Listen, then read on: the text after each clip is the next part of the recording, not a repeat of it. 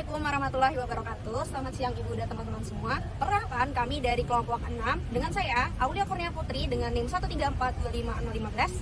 Saya Tiza Umaira Zen dengan NIM 1342545. Saya Fatia Kamila dengan NIM 134251019. Saya Greon Zona Aleka dengan NIM 134251104. Saya Beda Fitadiati dengan NIM 1342587. Saya Aurelia Putri Kamawan dengan NIM 134251004. Assalamualaikum warahmatullahi wabarakatuh. Kami dari kelompok 6 ingin mempresentasikan laporan kami dengan judul Analisis Data Eksploratif dan Pemodelan Regresi Linear pada Konsumsi Energi Industri Baja. Pada penelitian ini, kami ingin mengetahui faktor yang paling mempengaruhi konsumsi listrik industri baja, hubungan emisi CO2 dengan penggunaan energi, perbedaan konsumsi listrik antara weekday dan weekend, serta membuat model regresi linear sederhana.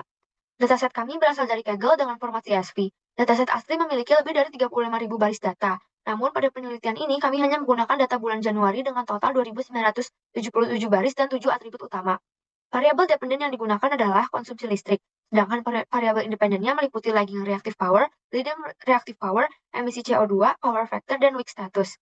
Slide ini menampilkan atribut-atribut yang digunakan dalam penelitian, seperti penggunaan listrik, daya reaktif, faktor daya, emisi karbon, dan jenis beban listrik. Atribut tersebut digunakan untuk melihat hubungan antara sistem kelistrikan dengan konsumsi energi listrik dan pada industri baja. Selain atribut utama, terdapat atribut pendukung seperti waktu operasional dan status hari yang membantu analisis pola penggunaan energi. Selanjutnya, dilakukan analisis statistik deskriptif untuk mengetahui karakteristik data, seperti rata-rata, nilai maksimum, dan distribusi data. Hasil statistik menunjukkan rata-rata konsumsi listrik sebesar 42,42 kWh. Selain itu, power factor yang mendekati 100 menunjukkan efisiensi sistem listrik industri yang cukup baik. Ini menampilkan visualisasi untuk memahami pola konsumsi energi listrik industri baja. Visualisasi pertama membandingkan rata-rata konsumsi listrik berdasarkan jenis beban. Hasilnya, konsumsi energi meningkat seiring meningkatnya load type.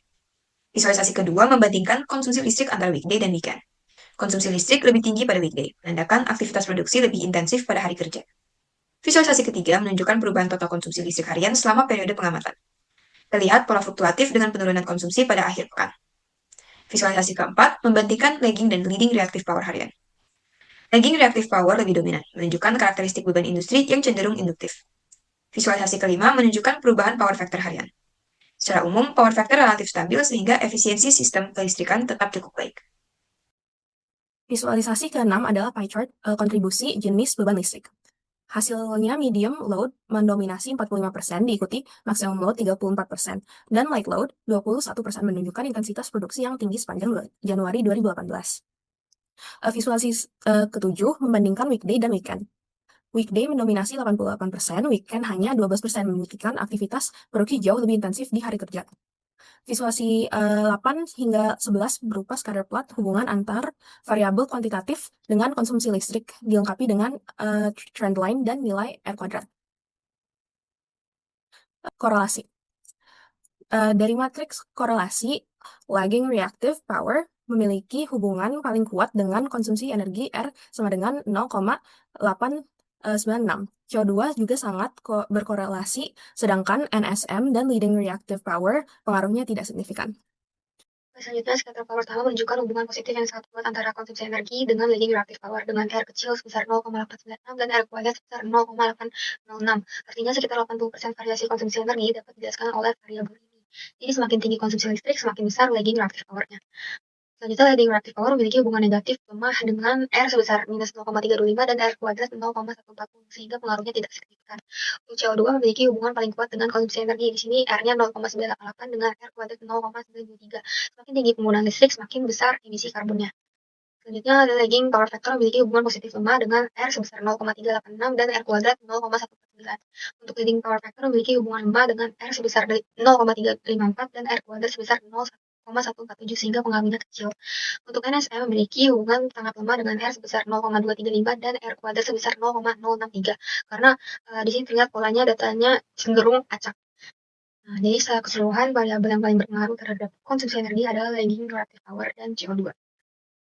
Data cleansing, hal pertama yang kami lakukan adalah mengecek data hilang. Di sini kami menggunakan fitur ISNO, dan untuk setiap variabel dependen maupun independen yang kami miliki tidak ditemukan adanya missing value. Selanjutnya kami juga mengecek adakah data yang terduplikat dengan menggunakan duplicated. Di sini ditemukan tidak ada data duplikat. Kami tidak membuang outlier karena data yang kami peroleh merekam kondisi setiap 15 menit, sehingga memang angkanya sangat besar rentangnya dan juga sesuai dengan kondisi nyata pada saat itu. Kami juga melakukan transformasi data, yaitu mengubah variabel numerik ke dalam skala yang sama, sehingga variabel dengan rentang besar tidak mendominasi hasil analisis, atau dalam konteks ini koefisien regresi linear nanti.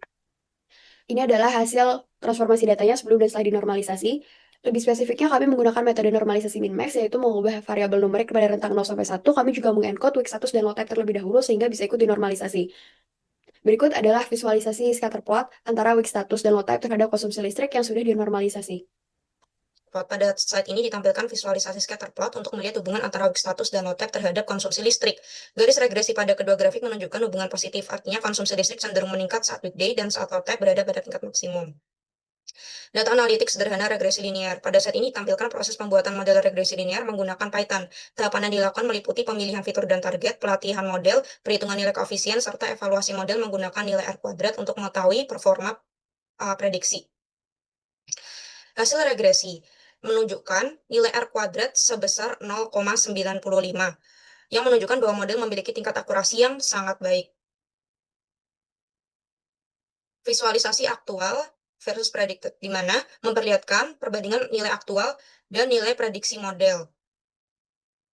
Simulasi data dummy Python, yaitu dilakukan menggunakan Python, di mana pengguna memasukkan beberapa variabel input seperti reactive power, power factor, CO2, weak status, dan load type. Setelah dinormalisasi, data diproses oleh model untuk menghasilkan prediksi konsumsi listrik. Hasil input data dummy, di mana menunjukkan hasil input data dummy beserta hasil prediksi model. Berdasarkan data yang dimasukkan, model menghasilkan prediksi penggunaan listrik sebesar 46,6 kWh. Hasil ini menunjukkan bahwa model dapat digunakan untuk memperkirakan konsumsi listrik berdasarkan data input. Simulasi data dummy, yaitu proses normalisasi data input secara manual menggunakan model min-max normalization. Semua variabel diubah ke skala 0 sampai 1 agar sesuai dengan data pelatihan sebelum dimasukkan ke dalam persamaan regresi linear. Substitusi persamaan regresi linear, yaitu dilakukan substitusi nilai normalisasi ke dalam persamaan regresi linear. Setelah dihitung, diperoleh nilai prediksi ke dalam bentuk normalisasi, lalu dikembalikan ke skala awal sehingga menghasilkan nilai usage 46,635. Hasil ini sama dengan prediksi dari program Python sehingga model berhasil tervalidasi. Baik, terima kasih atas perhatiannya. Sekian dari kelompok 6. Terima kasih. Wassalamualaikum warahmatullahi wabarakatuh.